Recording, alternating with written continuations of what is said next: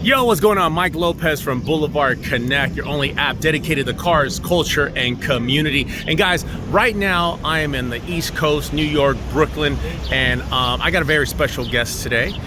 He is a photographer, he is a videographer, a cinematographer, he is a cultivator of the Lowrider and brown culture here on the East Coast.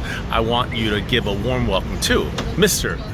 Brooklyn John, man. Hey, dude, what's up, guys? This guy, I'm telling you guys got to follow his Instagram. I'm gonna put all his links at the bottom. And we're gonna repeat his Instagram at the end.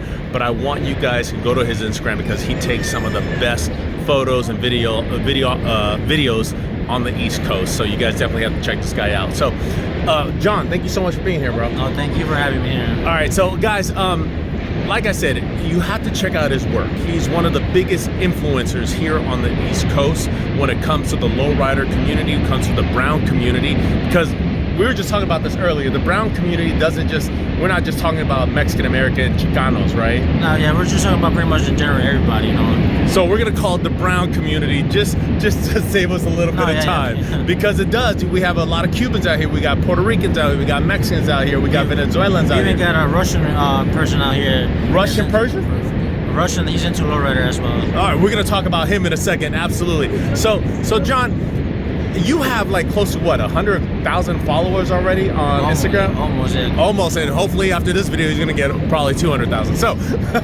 so I wanna know, man, how did you start being Brooklyn John? Because you were just John first, and then you became Brooklyn John. I wanna know how it started. When did you pick up the camera and why? So it all happened, it all started back in 2019 when my cousin got invited to, it was a bike blessing. They have bike blessings out here. There's a motorcycle club here, and pretty much, you know, they do this every year. So they told my cousin, hey, you know, you guys can come by. There's gonna be lowriders and all type of cars. When I heard lowriders, you know, I just couldn't believe it. I thought, you know, maybe I misunderstood that. And I'm like, I'm so used to like watching these music videos. Yeah, they're all from Cali, you know, so definitely not in New York. So you weren't used to lowriders beforehand? No, I mean, the most I can remember growing up was collecting the little homie figures when I was a kid, and also my cousin, he had an RC lowrider. Okay. And I used to play with it too. So that kind of got me into it. And then, like I said, in 2019, that's when we got invited to this barbecue. Sorry, not barbecue, bike blessing. And yeah, I mean, I started hearing like oldies, like bumping from like far, far away. And I'm like, you know, and I'm thinking like, you know, it's regular cars, you know, just that. But then I look up the street, and this happened in the Bronx. I look up the street and I see like a bunch of lowriders just coming down the street. They're, you know, they were cruising and just getting to the location. So what I did first, you know, took out my phone and I started recording. But at that time, you know, I was not really into video. I just, you know, just the fact that I saw lowriders for the first time, maybe, you know, take out my phone and start recording. That's crazy that's the first time you saw a lowrider on the East Coast. Yeah, exactly. Yeah. And that was just like, what, 6 years ago? Yeah, around there, 6 years ago. 6 years ago, wow. And now you are probably one of the biggest influencers documenting all this stuff on the East Coast. And that's what I find fascinating. 6 years doesn't seem like a long time. Right. It doesn't seem like a long time. So how did you start, like, and ever since then you were like, I gotta shoot more, or I gotta look out for more, or what? Yeah, so that same day, I got in contact with a couple of guys that were into the lowrider scene already. And I was asking, you know, how long they've been around. They were like, oh, we've been doing this for years now. But I feel like, you know, it wasn't being documented, or it wasn't being shown the way it needed to be back in the day. I mean, there were two main videographers doing that, but you know, that's also what kind of inspired me to start. Yeah, I mean, like I said, I feel like back then they didn't get much recognition. Only the people that actually, because they used to cruise every Friday in Times Square. And after a while that stopped because, you know, the cops started noticing that. They started getting more strict, and every time they saw a lowrider, they would close off the street. Are you serious? And they wouldn't let them pass. Damn. And then eventually, you know, after a while, they're like, yeah, come, we're doing a cruising, you should come by. And I'm like, you know, I definitely checked it out. I loved it. They usually meet up by Bryant Park. And Bryant Park right there, in a couple blocks away from Times Square. Yeah, a couple blocks. Yeah, I know exactly where that's at. That's pretty much right there by the Ghostbusters Museum, the Ghostbusters Library. Yeah, there you go. So yeah, I mean, you know, I started going there, and again, with my phone, I didn't really know much about video.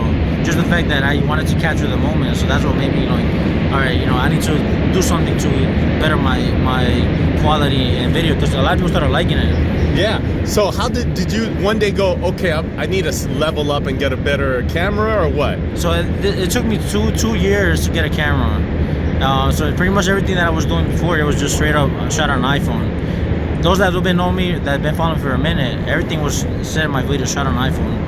And yeah, I got a stabilizer. I got lenses for the camera, microphone. So I made it seem like a real professional camera, but in reality, it was just a phone. It was just like I always tell people, it doesn't matter. What you have is how you use it. And I used to spend hours and hours on YouTube. There you go. And for anybody who else wants to get started right now, being the next Brooklyn John. Not on the East Coast, though, because they already got a Brooklyn John. But if you want to be a Brooklyn John in Florida or in Texas, what were some of the mistakes you made, or what would you tell somebody this is what you should do and shouldn't do? I feel like I was rushing. I feel just because I wanted the videos out right away, I wasn't doing my research. Obviously nowadays you have even your iPhone. You can edit on your iPhone on your phone. Man, something that I did that kind of I made a lot of mistakes was that I was on YouTube, but I wasn't really paying attention to the details. So there's a lot of details that go to when shooting a video. But pretty much like I said, nowadays with these 4K cameras, you can shoot anything. You can shoot anything. Yeah. And I would imagine patience, because you're not going to get to 100,000 followers overnight. Oh no, that definitely took me. It took me like 6 years just to get where I'm at right now. Was there a moment that kind of changed for you that all of a sudden, oh, I'm not just John, I'm Brooklyn John now? Is there a moment that you can remember that happened where you're like, oh, I think I'm making a difference here? So believe it or not, my first viral video, it happened in the West Coast. Really? It was my first viral video. I can't even. Dude, I'm so cold right now. Couldn't. Yeah, like I said, and believe it or not, a lot of my followers are from the West Coast, which is, I find it crazy because I was born and raised here, but a lot of my followers are from out there. And my first trip to Arizona, it was a super show. I recorded videos there and I uploaded to Instagram. And then one video that I actually loved, and it was super short, so I didn't really pay much of the video. I just edited it and I put it up and I went to sleep. You went to sleep? I went to sleep, not thinking much about it. And then what happened?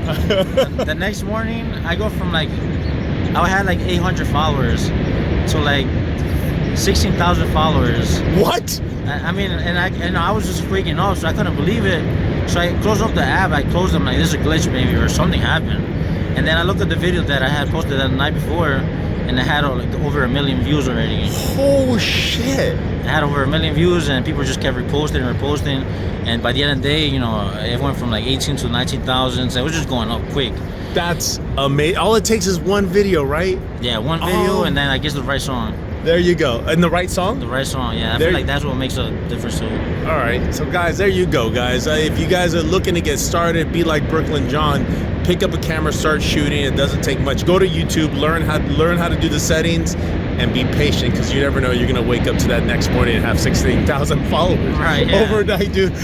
Really quick, did you freak out? Were you like, what the hell? Yeah, I was freaking out because I thought for a second either my app was like glitching or I got hacked. And I just couldn't believe it, and I just kept closing the app. I signed out, I signed back in, and it was just going up and up, and I'm like, yeah, this is crazy. And it was just that one video that went viral, and it all happened. Like I said, that video was from the Super Show out there in Arizona.